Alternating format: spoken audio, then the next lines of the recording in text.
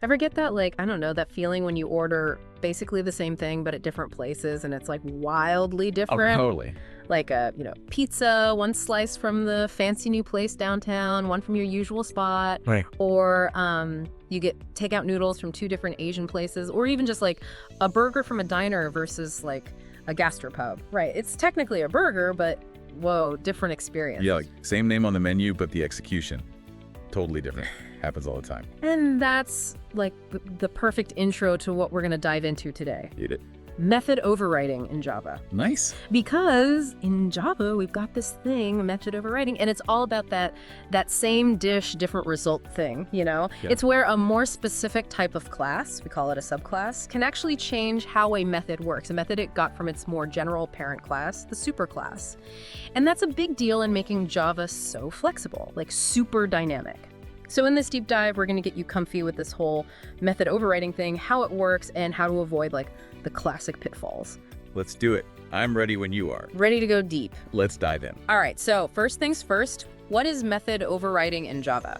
Like, for real, break it down. Okay, so simplest way to put it, method overriding is when a subclass, like it takes a method it inherited, right? It's like, okay, cool, thanks, but I'm going to do this my way. It gives its own instructions for how that method should work. What, like, thanks for the recipe, Mom and Dad, but I'm adding my secret ingredient. Exactly.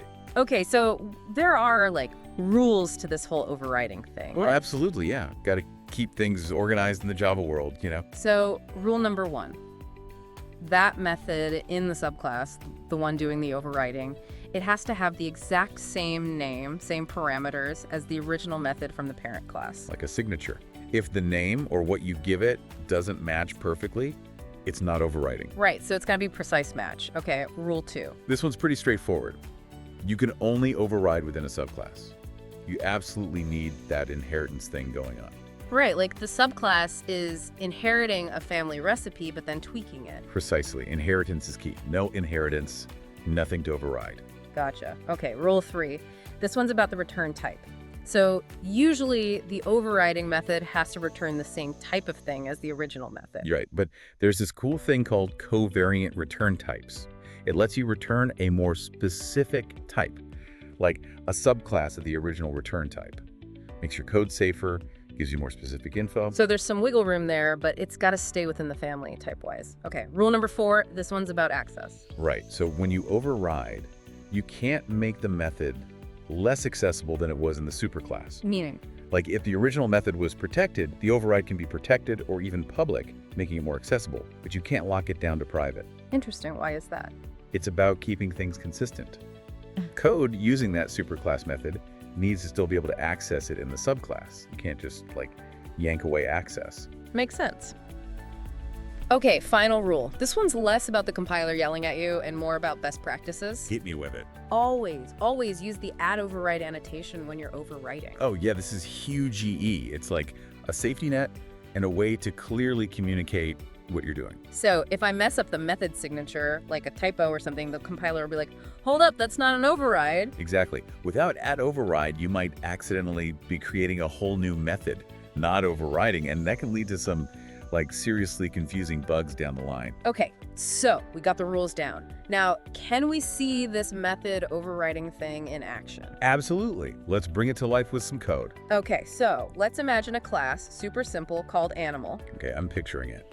And this animal class, it's got a method called makeSound, but it's a generic animal, so this method just prints out like some generic animal sound. Right, a very basic all-purpose animal noise. Exactly. Now, we create another class called dog. Okay, more specific, I like it. And dog, it extends our animal class. So a dog is an animal, right? Inheritance in action. And in our dog class, we're going to override that makeSound method. So we put that at override right above it, and then we make it so makeSound. Now, prints out bark, us, classic dog. Makes sense. Dog inherits the ability to make a sound, but customizes it to be dog specific. Now, here's the cool part. Imagine we've got a main class where our program starts. And we make a variable, type animal, but we actually create a new dog object and assign it to that variable. So it's like, animal my pet, new dog, and then we call my pet.makeSound. What do you think happens? Okay, so This is where polymorphism kicks in. Even though we said my pet is an animal, Java knows it's actually a dog. So Right. when we call make sound, it looks at the actual object type and uses the overridden method from the dog class. Meaning? It'll print bark, not the generic animal sound. Boom. So even though we said animal, because it's actually a dog, Java's like, I know what to do. That's the power of runtime dynamism. Exactly. Same method name, different behavior depending on the object. Yeah. Super powerful for flexible code. Okay, I think we need to bring back that restaurant analogy, though. Make it even more real. I'm all for it. Analogies are the best. Okay, so picture this. You walk into a restaurant, you're craving pasta. I'm with you. Now, if you walk into a classic Italian place and you order pasta, what are you expecting? Definitely some delicious Italian pasta dish. Yeah. Right. Spaghetti, lasagna, something like that. Yeah. Probably with a nice rich sauce. Right. Now, imagine you're in like a Vietnamese restaurant. You order pasta. What happens? Probably not getting that same spaghetti. More likely I'm getting pho with rice noodles, broth, all the good stuff. Still noodles, I guess, broadly speaking, but a totally different vibe. Exactly. Same word, pasta. But what you actually get depends on the restaurant, the type of place. And that's method overriding right there. The method name pasta stays the same. But the actual dish, the implementation, depends on the class, in this case the restaurant. The Italian place overrides the general idea of pasta with their specific Italian version, and so on. Perfect. Same as our animal and dog. You ask a generic animal to make a sound, you get a generic sound. Ask a dog restaurant, you get bark. It really highlights how you can have a consistent interface, the method name, but different implementations underneath. Awesome. So we've got the what and the how down. Now, how do we use this power responsibly? Like, what are the best practices, the do's and don'ts of method overriding? Okay, so number one, and I can't stress this enough, always use the @override annotation. It's your best friend, Like, it's not just a suggestion, it's a do this or else situation. pretty much. Yeah. Catches those little mistakes before they become big problems. Gotcha. Okay, what else? Knowing when and how to use the super keyword is crucial.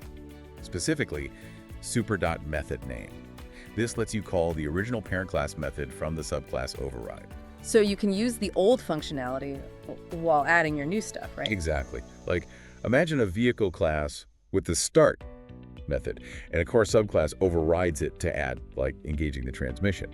But it still needs that base engine startup from vehicle.super.start. Does that for you. Nice. Less redundant code. Always a good thing. Speaking of good practices, there's the Liskov substitution principle, right? Ah, yes, LSP. This one's important for keeping things consistent. Can you break it down for us non-experts? Basically, he says any subclass should be able to stand in for its superclass without breaking things. So if your animal has an eat method and a lion overrides it, that lion's eat should still be logically eating. It shouldn't, like, suddenly make the lion fly, even if birds can fly. Right. The core idea of the method has to stay the same. Otherwise, things get weird and unpredictable. Exactly. Now, on the flip side, let's talk about common mistakes. Hit me with the don'ts. One big one is accidentally changing the method signature. If the name or the parameters don't match exactly, you're not overriding, you're making a new method entirely. Easy to do with a typo. Oh, yeah. And then you've got two methods with the same name but different behaviors, and that can lead to some serious head scratching. Okay. What else should we avoid? Trying to override static methods. Static methods belong to the class itself, not specific objects. If you try to override them, you're actually hiding them, which is a whole different can of worms. Right. It looks similar, but it acts differently, especially with superclass references. Another trap. Definitely. And finally, watch out for throwing new or broader checked exceptions. Meaning? If the parent method didn't throw a certain exception, the subclass override shouldn't introduce new ones that weren't expected. It's about keeping the contract consistent. So lots of nuances to keep in mind, but ultimately method overriding is super powerful. Absolutely. It's about building adaptable, specialized systems. Well, I think we've officially taken a deep dive into method overriding today. We've covered what it is, the rules, a real code example, that awesome restaurant analogy, and all the best practices and pitfalls. We've explored how method overriding allows subclasses to do things their own way while still fitting into that inheritance structure. It's all about that dynamic behavior, making Java so adaptable. And I hope this deep dive has given everyone a good grasp of not just the what, but the why of method overriding. It's not just a cool trick, it's a core part of good object-oriented programming in Java. Couldn't have said it better myself. It's a real game changer. So as you all keep coding and learning, think about how this method overriding idea pops up. Think about like different types of notifications in an app, right? Email, SMS, push notification, they all do the same basic thing, but the how is totally different. That's a great example. It's all about recognizing those patterns, seeing how objects can behave in unique ways while still belonging to a bigger picture. Awesome. Thanks for joining us for this deep dive into method overriding. Until next time, keep on coding.